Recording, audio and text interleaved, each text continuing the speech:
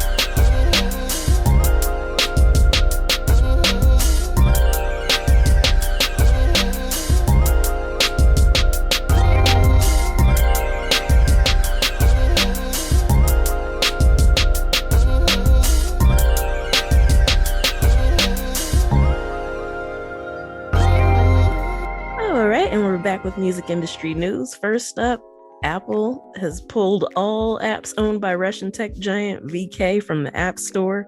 And so this includes the music service VK Music. So according to a spokesperson for Apple, they said that the apps were removed in response to new UK sanctions on Russian-owned companies. So VK's apps can still be downloaded on Android phones via Google Play Store. And in Russia, vContact is required to be pre-installed on mobile devices sold in the market. So those applications will already continue to work, but there may be difficulties as far as notifications and payments for Apple users there. So, it's kind of interesting to see how far reaching some of these sanctions go. They affect a lot of things that many of us wouldn't really think about until we take a closer look. So, as long as this tension is happening over there, who knows? But just something to be aware of. If you've got fans that use their music app and they have iPhones, they may not be able to get to it as easily, and just something for you to be aware of. Yeah, that comes from outside as well as from within.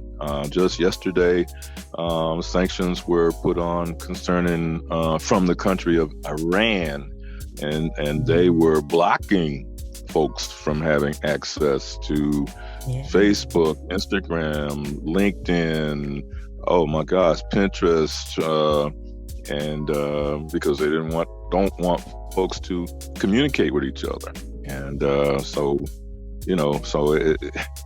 just think, there's equipment that allows people or countries or entities to do that, and you've invested in your phone or your equipment, and then somebody else can just say no, and they can flip a switch and you cannot have access. So that's something to think about. Yeah, for sure. So, we kind of talk about on here quite often to make sure that you have multiple ways to reach your fans in case something like that goes down. In these particular circumstances, it still might prove challenging, but you definitely can't just rely on social media, for sure. Yeah. All right. And Phil Collins, Mike Rutherford, and Tony Banks of Genesis sold their rights to Concord in a deal that is estimated for at least $300 million. So it's definitely above that. But Concord has acquired the publishing and recorded music catalogs of each of the members, as well as what they've done inside of the group of Genesis. So Genesis has released 15 original studio albums. Tony Banks has released 6, Phil Collins 8, and Mike Rutherford has released 2 solo albums, as well as 9 with Mike and the Mechanics. So, that had to be a super huge deal that went down. Concord has been acquiring a lot lately. So as far as mergers and acquisitions go, we shared with you that they had purchased Hitco from L.A. Reid, and they've also acquired Australia and New Zealand-based music publisher Native Tongue, and that was another 8-figure deal. So, rumor has it they're in the running for acquiring Pink Floyd's catalog, so we'll see how this plays out. But yeah, Concord did not come to mess around, and they're proving that with this money that they're forking out for all these music rights.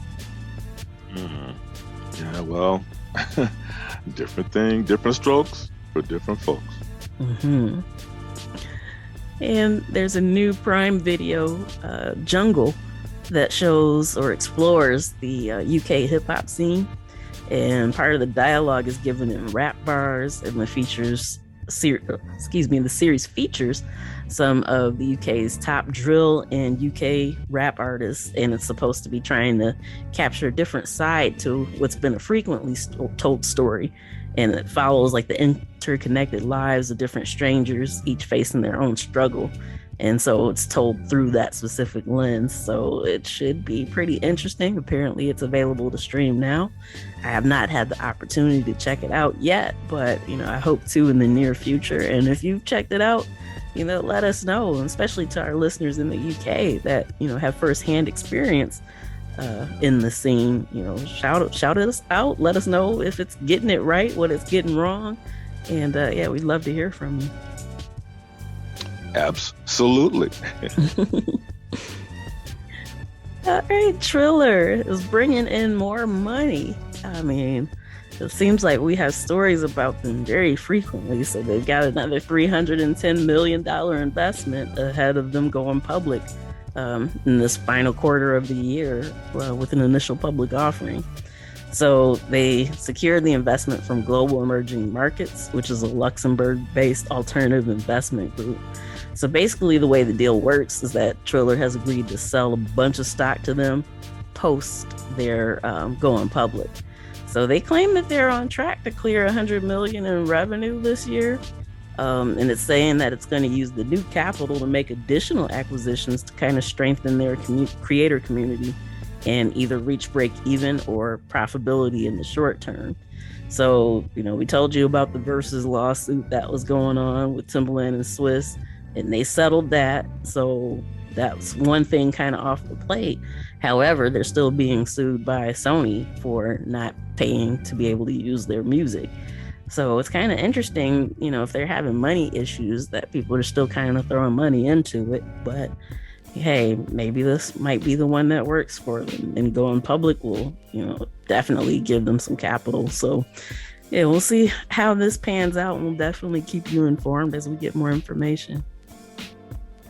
Yeah, I mean, there's all kind of opportunities out there, as we keep stressing over the weeks. And so, you dig and do your investigations and see what you can come up with. I had a conversation with my man, Kawan Money Mayo, a couple of days ago concerning, and he helped me to people who are generating tons and tons and tons and tons of income on YouTube, okay, by creating particular types of websites through and posting them on YouTube. But you got to have a whole lot of the switches in the correct position to be able to do that. But there's people who follow the YouTube protocols all the way, and they flip all of those switches and get these websites up and running, and the websites become high demand. And one in particular, a gentleman turned down $50 million where somebody wanted to purchase that website that he had, and the man's holding out. Okay, so I mean, hey, he did all of that right from the comfort of his own home. So what I'm saying is, there's things out there that folks can get into to create income for themselves, and so just dig and delve, see what you can find. Mm-hmm. All right, BMG has booked one of Germany's most prestigious theaters every night until the end of 2024 to provide, quote unquote, a home to its growing live events business. So BMG has booked the 1,600 seat theater, the Westends, I hope I said that right. So yeah, throughout the end of 2024, and it's going to use the theater to host its growing roster of stage musicals, as well as Vegas and Broadway style residencies from artists like Springsteen on Broadway.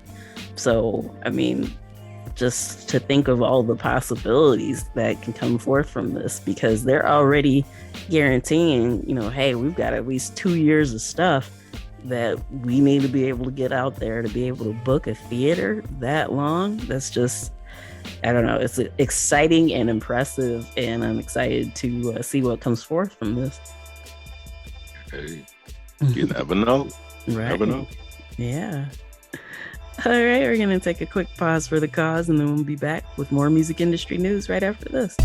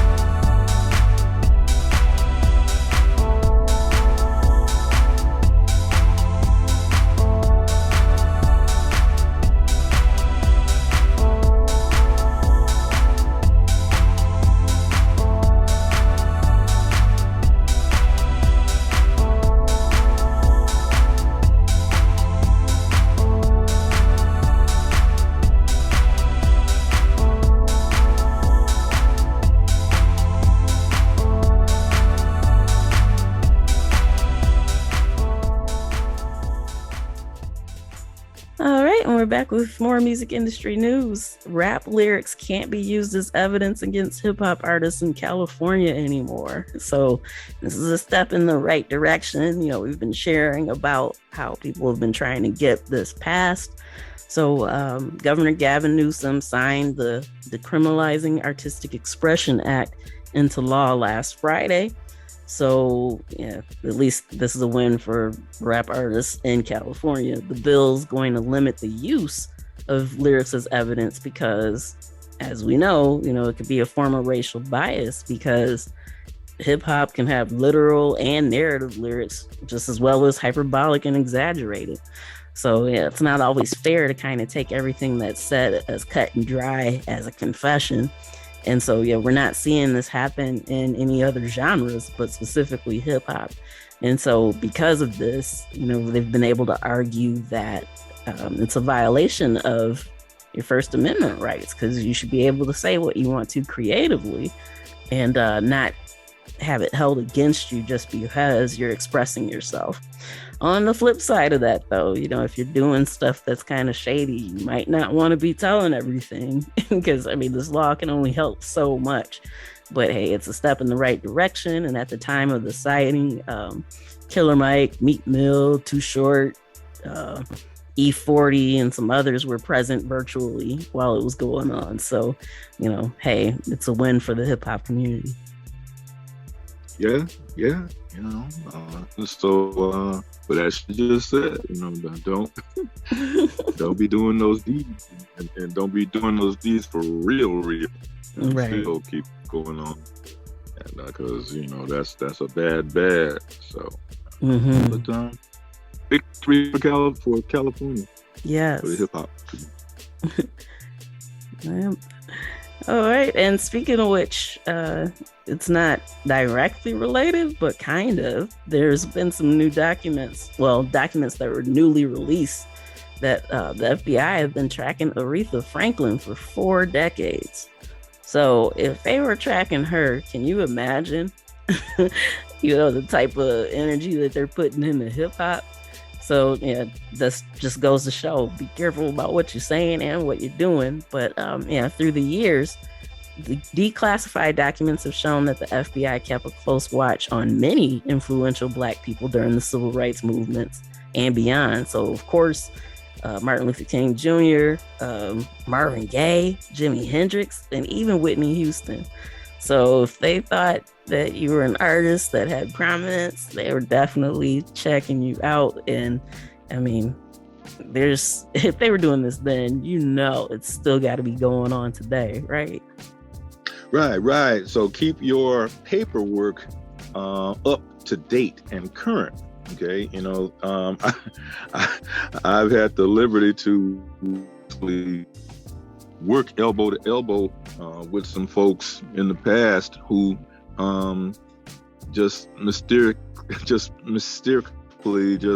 popped up with huge amount of diamond and jewelry and huge amounts of cars and so forth.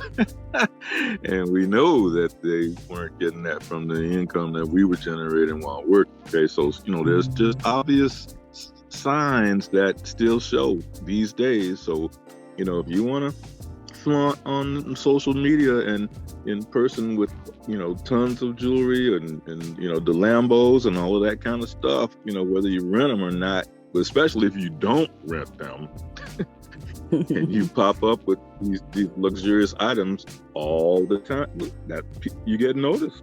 And if your paperwork's not right, and you can't substantiate where that income is coming from to get you in those spots, you might as well know you could be a target. Yeah. Yeah. Word to the wise. I got some stories I can share. Yes. All right. There was a decade-long ban that was preventing Universal Music Group from reacquiring any asset or re-signing any artist that was involved with its EMI-related divestments. And now that ban has expired. So when And keep in mind, UMG is the world's largest music rights company. But when they acquired, at the time, EMI was the fourth largest major record company. So when they acquired them back in 2012, the European Commission had prevented them from buying specific assets and signing certain superstars because, they were afraid that it was going to kind of give them an unfair advantage. So UMG was forced to divest from Parlophone label group, especially EMI's Parlophone assets, which included Kate Bush, Gorillaz, David Bowie, Coldplay, Duran Duran, David Guetta, and the list just goes on and on, with the exception of the Beatles. So, all those other artists had to go to Warner. And so Universal was also forced to divest from EMI's 50% share of Now That's What I Call Music. And anybody who's ever seen TV at any point in their life knows how big that franchise was or is. So, and that went to Sony. So to invest in something and then have to shell off parts of it to your competitors had to be a tough thing. But now that ban is up and they can start buying some stuff back. So we'll see what happens now after this. Yeah. You know what? And let's regress just a minute. Let's regress a minute and a half here to what I was talking about when I said, there's different stories. Examples, people might be wondering what I'm talking about. Okay, here's a scenario. At a place of employment that I used to have about 12 years ago, we had a young guy, and this young guy would walk by all of us, and all of a sudden he would say, "Oh, is that my $800 I dropped on the floor? Oh, I'm sorry, that's my bad. And he'd pick it up and keep walking. And then the next time it might be, "Oh, is that my $1,200 I dropped on the floor? Oh, I'm my bad. I didn't mean to disturb you. Okay, so patterns like that, your info gets out. People start talking. Okay, so what I'm saying is the level of income that he was flaunting in a week's time was maybe, just tripling and quadrupling everybody else's income. And so he started standing out. But guess what? That got out. That news got out. Okay. And so there's no way that he could justify the means from the income that we were generating at that time with the types of income that he was flaunting. And next thing you know, he's walking down the street. Unmarked cars came from everywhere. Wow. Got nabbed. You see, so what I'm saying is that's just a true example of different.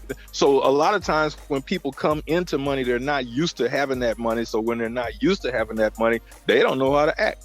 And when they don't know how to act, they tell everybody, and then that gets out. So if you got eyes on you, you might need to move differently. There you go. Case in point.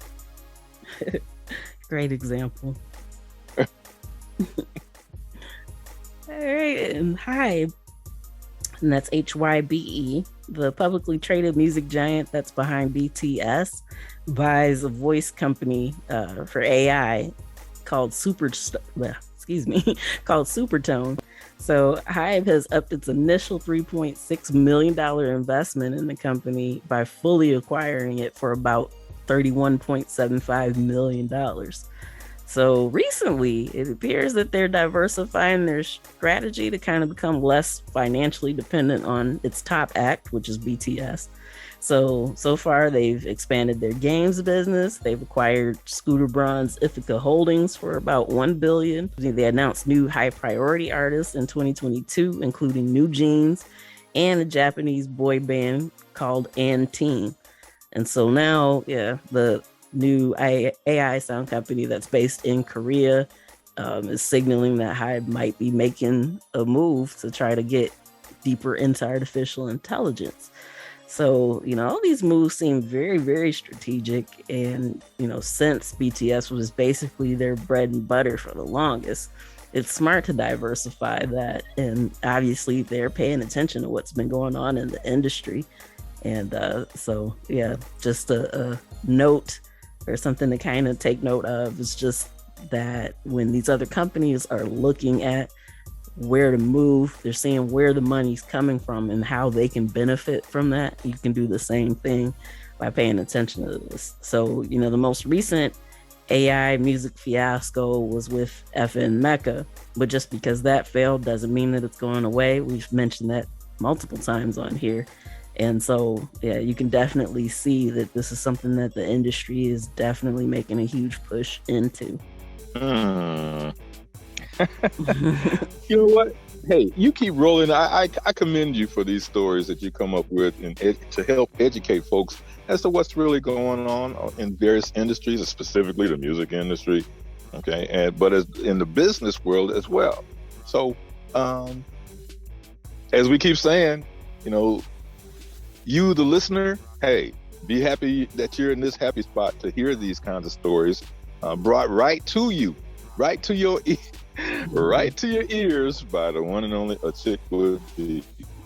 So, hey, let's give her some accolades. Yeah. Well, thank you.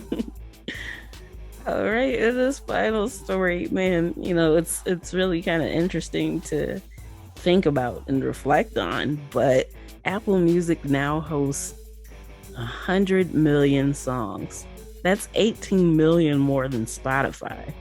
So, according to stats that were shared earlier this year, Spotify was hosting 82 million tracks. So, just to kind of put this into perspective, if you look back in the 60s, approximately 5,000 new albums were released every year.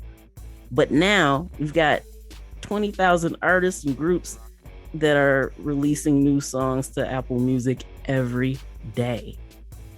And I mean, that's just, when you think about that in the grand scheme of things, that's so much progress to happen within that time frame. And I can't help but wonder, if you look at it, Apple Music has always emphasized human curation more than Spotify does. So, instead of just having these randomly generated playlists, there are a lot of people that are actually behind what's going on at Apple Music. Not to say that they don't have algorithms, because they do as well, but with them actually, putting emphasis on the human aspect of it, hey, more people are releasing their music there. So what does that mean to you as the artist? That means that Apple's got a lot of space there for you, and it'll be, well, I shouldn't say more beneficial, but if you're craving for people to actually connect to your music, you might want to consider that in comparison with Spotify. And, who knows exactly what Spotify's current stats are at right now, but, earlier in the year, we had what they were calling like the mass exodus of Spotify, when all these artists were just snatching their music off. If something like that were to continue, Apple Music could very well kind of take that top spot. So just something to keep in mind when you're releasing your music, getting it to the distributors. You definitely want to make sure that your music is there in case this trend continues, because, hey, you have to subscribe in order to get Apple Music. So that means people are paying money, which automatically means that you get more money for people who pay to listen to it, as opposed to people who can use ad-supported streaming on Spotify. So, word to the wise, heads up. And it's phenomenal that it's had that much growth just in the short span of time. Right. And also, to the listener, these news items that Achickwitbeatz is bringing forth and zero in between the lines, pull out what you feel you need to pull out that can get you ahead. That word subscription, I first heard that mentioned on a street level about 10 years ago. And hey, subscription is the way to go. Subscription is the way to go. Get somebody to pay you monthly for whatever, and that's a monthly income, so that can add up for you, as far as the year is concerned. Okay, but not that many people were delving into subscriptions then. And now you can't walk for tripping over a subscription. Mm-hmm. Everybody's offering a subscription because they know that's monthly income. Monthly income makes a big difference in a person's annual income. Mm-hmm. So what I'm saying is, listen between the lines, dig, save these news stories and dissect them, because there's some gold in these news stories. And it could be for you, the average music maker, songstress, beat maker, songwriter, and that could be on the industry side, a way for you to make a big come up. Mm-hmm. So just do it. Listen and do it. Yep. Yep. All right, we're gonna take a quick pause for the cause, and then we'll be back with our special guest right after this. Okay. Hey fam, this is Breezy Gipson from the Breeze team. How would you like to see an online platform that brings you people who've already indicated that they're interested in your particular type of business? Whether it's your music you're selling, hip-hop clothing, you got a restaurant or a cafe, or if you're an entrepreneur or agent for a business. Visit me at breeze2cheese.com. That's using the number 2, breeze2cheese.com, or click my bio link on my Instagram profile to see a live demo of how this can help you get more customers and make more money. Hey, this is Achickwitbeatz. I am a multi-genre music producer and strategist to indie artists and labels. Visit my website, achickwitbeatz.com, for resources for artists and instrumentals available in various genres for songs, vlogs, blogs, podcasts, themes, TV, film, commercials, and more. Once again, that's achickwitbeatz.com, ACHICKWITBEATZ. Let's make something happen. All right. Breezy Gipson right here. One more again. And you know what? This is a great day. And why is it great? It's because our guest right here has got all kind of knowledge for you. Stuff that's going to bounce off your dome. Stuff that's going to sink on in and put you in the driver's seat of knowledge. So without any further ado, and this man's got quite a track record. So without any further ado, coming on the show right now, the one and only DeMeo. DeMeo, are you there? I am here. Okay, good deal. And so Achickwitbeatz and I, we know about you and so on and so forth, as well as a lot of other folks, but now some don't. So please share with our listeners right now who DeMeo is, where you came from, and what is it that you represent on Earth today, sir? Yeah, well, first, real quick, I just wanted to say thank you both for having me back. I really, truly appreciate that. But yeah, I am a musician. I'm based in Chicago. And what I've done recently is created a whole solo performance, a whole new thing, basically, is all I can really say about it. I'm using synthesizers, technology, and most recently I've been working on live shows and trying to bring the vision of my music to the stage. But for the last few years, I've been working just producing new music with this brand new solo project. Okay. Hey, man, that's strong right there, and now you use the T word. Technology. That's strong right there. Okay. I know that caught a whole lot of people's ears. Some eyebrows raised up with technology. See now, Achickwitbeatz, hey, wouldn't you concur that technology word? That's a strong word, right? Absolutely. So yeah, you mentioned synthesizers and more. So you want to, without giving away all your secrets, how has technology played a part in what you're working on? Yeah, really, we could go, it depends how deep you want to go, but we can definitely start with just kind of the music production aspect. I feel like the tools that are available today, I've talked to a number of engineers, sound engineers, recording engineers over the years, and something I've heard within the last few years is that the technology that's available to you on your, just consumer home PC, and the software that you can use, and the plugins and the software that you can use to create music really is at a level that even just 5-6 years ago was not possible at home. It was something that had to be done in a studio to achieve those kinds of sounds. And really nowadays we've moved into an era where you have studio quality sound with the right equipment and the right software at your fingertips. Yeah, I mean, yeah, that's so true. With, well, I'll say one of the biggest developments for me that I'd say probably had the most impact is because I am not a singer. I'm far from it. But Melodyne has been my friend. I know a lot of people swear by auto-tune and some of the other ones, but yeah. Sometimes my voice just doesn't do what I want it to do. So I am grateful for the advancements of technology to keep me from hurting people's ears, so to speak. Yes.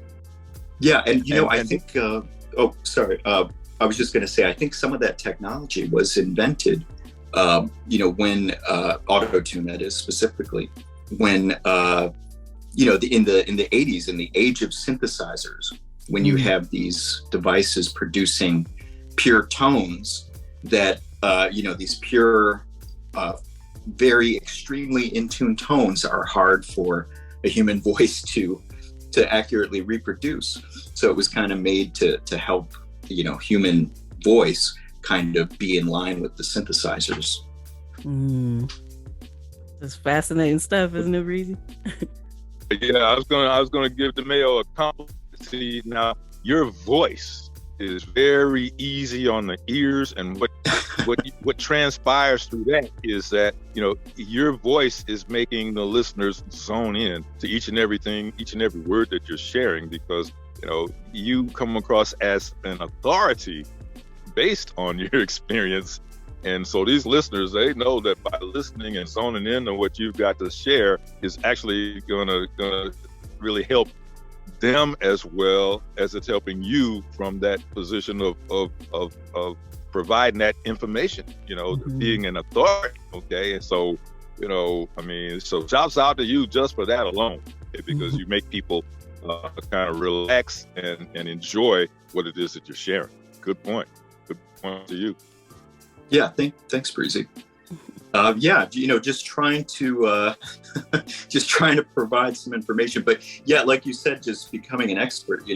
I've been in music for many years, but just creating on a regular basis. You're forced to become an expert when, as I'm sure Achickwitbeatz knows as well. When you're releasing music like that, yeah, you have to be, and you have to do what it takes to make yourself knowledgeable in the field. Now, see, you touched on something right there. Okay, and let's squeeze this question in. Can you share with our listeners what a week in the life of DeMeo is like, starting from Monday morning, or actually starting from Sunday night, when you get ready to lie down Sunday night, making out your plans for the week or whatever. So what is a week like in the life of DeMeo? Well, I probably don't have the typical schedule that a lot of people have. I tend to be a night owl. I'm up pretty late. And honestly, sometimes, you ask what I'm doing on a Sunday evening. Even just last night, which is the middle of the week for our listeners here, I didn't start practicing. I've got a live show coming up. I didn't start practicing on the piano until about 11:30 p.m.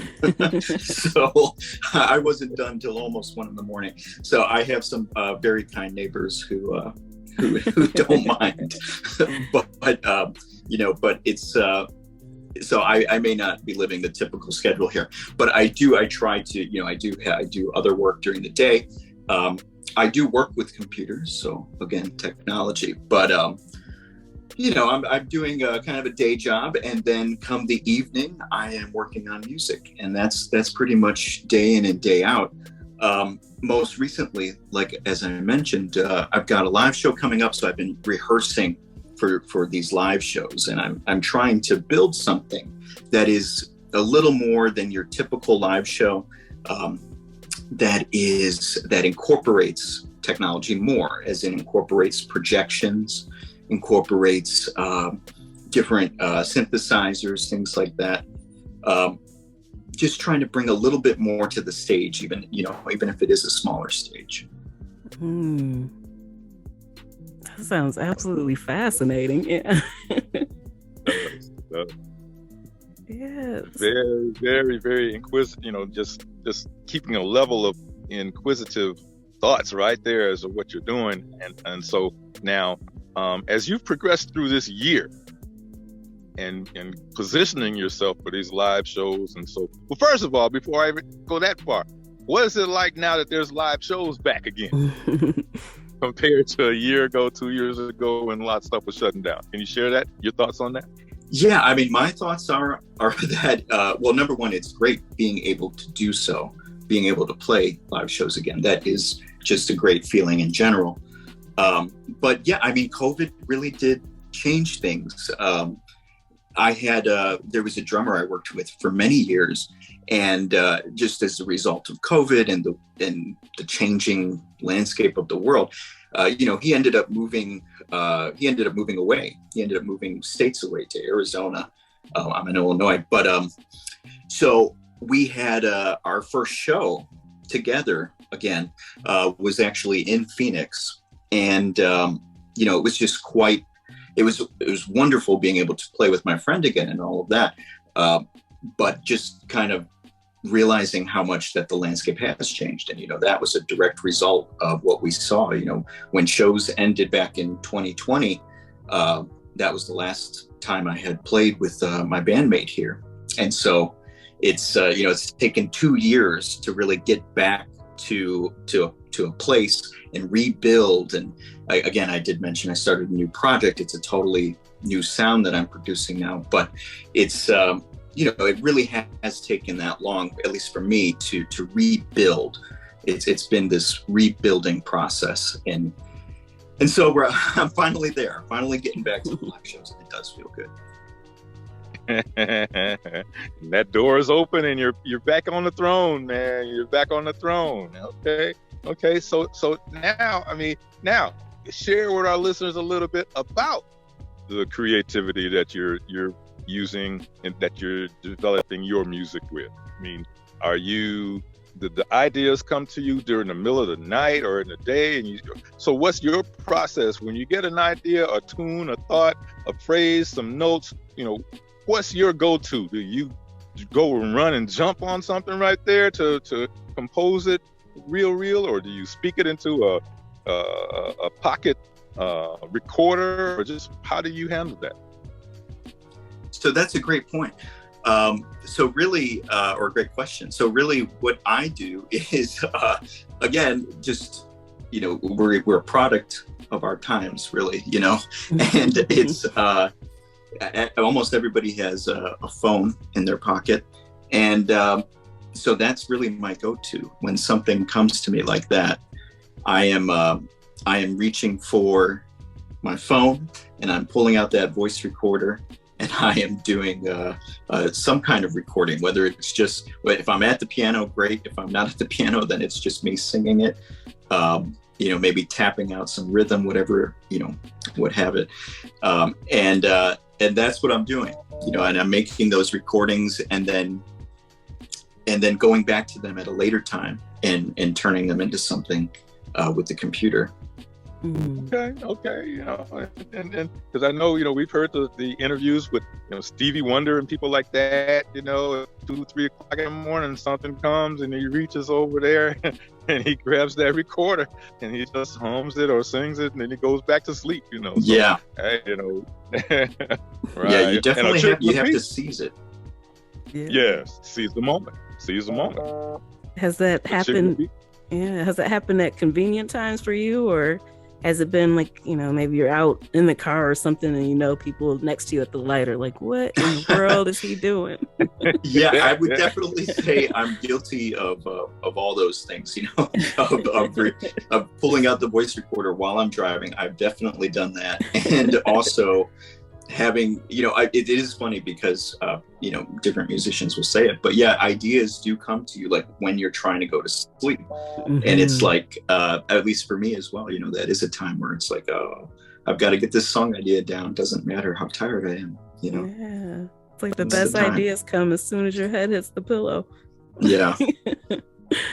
Yeah. So, okay, you had mentioned how you're incorporating different things into your live show now. And I wonder if you could kind of talk a little bit more about that, because, since Breezy had mentioned, with COVID and kind of shutting shows down, I feel like that's such a great idea to try to bring more elements into the live show because people are hungry for so much more. So now with you being able to incorporate these other things, that's got to really just kick it into the next level, high gear for the people who come and check out your show. Yeah, so it's really, well, I will say my most recent show is kind of like a stripped down version of the show. It's me and a piano, and I've got some other musicians joining me, but it is a stripped down version. But beyond that, the plan is right after that, my show's coming up at the end of the year. What I've got is I'm trying to incorporate projection, which is something, if anybody goes through some of my social media stuff, they may notice that I've done stuff with projection where I'm singing and I've got the projector, doing some sort of creation that I've done. Even on my YouTube, I've got a video where I'm incorporating projection into it. I just find it so fascinating. And, it's a way for, I guess, like the layman, somebody who doesn't have thousands upon thousands of dollars to throw at a tour, it's, well, how do you do that when you're a smaller artist? Well, we do have projection technology available to us. And so it's trying to use that technology in a creative way. So I've got projections that are synced to the music. And again, the software that's available today, there's a particular piece of software called Touch Designer that is, it's you see many people doing very creative things with these new technologies, new software, and so it's trying to utilize that and syncing it with our with DAWs and making it all into a live show. And again, this is stuff that was only available to large artists in the past, who had tons and tons of money to throw at it. But it's within reach nowadays. So I'm trying to bring some of that to the stage, some of that excitement. Oh yeah. Speaking of the stage, now where can people find out, get information about your upcoming shows and where they're going to be in this show? Can you share that with the listeners now so they can know where to look? Yeah, so I've got a show coming up. It'll be just this October 14th. It's at a place called Davenport's. That's in Chicago, Illinois. And if anybody wanted to find that, they can find all my information, whether it's music, shows, that can be found at DeMeo.com. Right. Okay. All right. And now, what is the next dimension that your music is at? Okay. So now, they can go to that same site and can they purchase your stuff as well, or just can you break that down a little bit for here? Yeah. So I am in the process of working out some production as far as what people can purchase. So I'm working on some CDs and merch in that regard. But so right now you can't purchase the music, but it will be soon. It will be available. Okay. But yes, you can find everything that I'm doing there, whether it's socials, live shows, these interviews. It's all there. Oh man, that's really divine right there then, man. See, you're a man with a plan, and you're using technology, oh man, it's like you've got a plethora of info to share, and it's all good, and it's all kind of educational too, so letting the people know that, hey, COVID's over, hey, there's some doors are opening back up for some live shows and so on and so forth. I'm right there in the mix with mine, and so and the tidbit, hey, I'm still practicing for this stuff too, so getting ready. So when that you say it's October the 14th. Yeah, October 14th. I see. So when October 14th comes, y'all got to be in the spot. Y'all got to be in the spot because that's a live thing. You got to check them out. And so, I mean, you got me enthusiastic all about it. And so now, Achickwitbeatz. Now, DeMeo comes across as a man of many, many, many means. Okay, he's talking about software. He's talking about stage presence. He's talking about technology. He's talking about this music and what happened a long time ago as versus what's going on now. I mean, it sounds like he's a complete package, wouldn't you say? Absolutely. We're honored to have you come back and share all this with us.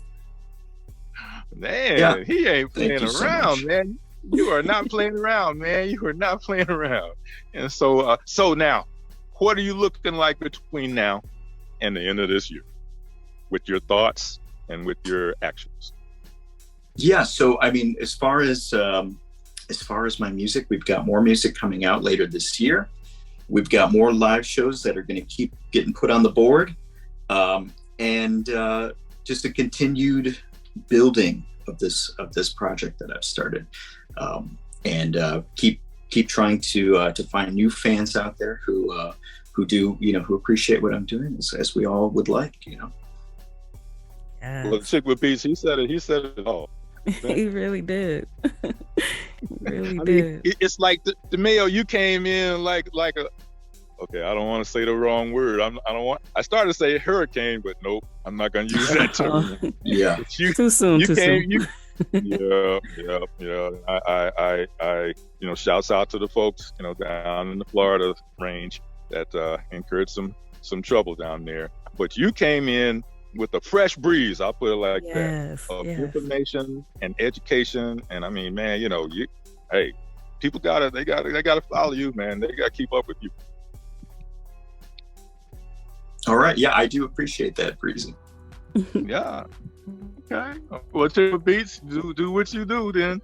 All right. Well, yeah, just thank you once again for coming on and sharing your story and your wisdom and what you've got coming up with us and the listeners. And I also just want to make sure that the listeners make sure they check you out at loudemeo.com. Can you spell that for them to make sure that they're typing it in the right way?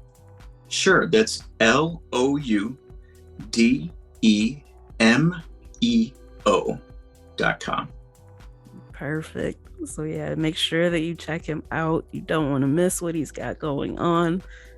He's, just as Breezy said, breath of fresh air. There's a lot of people doing the same stuff these days, but you're not doing that. You're actually, providing your essence. And so, it's needed, especially in these times. So definitely make sure that you check him out everywhere that he said to. And do you have any final thoughts you want to leave with the listener before we close out? Just thank you. Thank you for listening. Thank you for listening to Breezy and Achickwitbeatz. And again, thank you to the two of you for having me back. I really appreciate it. Well, we're saying thank you, man. We're saying thank you because you came in and you lit the place up, man, full of energy and exuberance as well as education. And that's why we're here, to help educate a lot of folks in a lot of different places around the globe. So, hey, you set it off. Mm-hmm. All right, and that does it for this week's edition of Music Marvels with Achickwitbeatz and Breezy Gipson. Once again, we thank you, the listener, for tuning in and joining us. We thank you for sharing us with your friends. We really, really appreciate the growth that we've been seeing because of you. And of course, a huge shout out to our home stations, Grander Radio out of Grand Rapids, Michigan, and Sparks Radio out of Denver, Colorado. And, we just really appreciate you. We appreciate the stations for letting us do what we love to do. Yes, Grander Radio, Sparks Radio. I mean, hey, we love you. And the fans do, the listeners do too. So, all right. Till next time, you know where to find us. Tune in, tell a friend, and we'll see you then. Peace. Peace.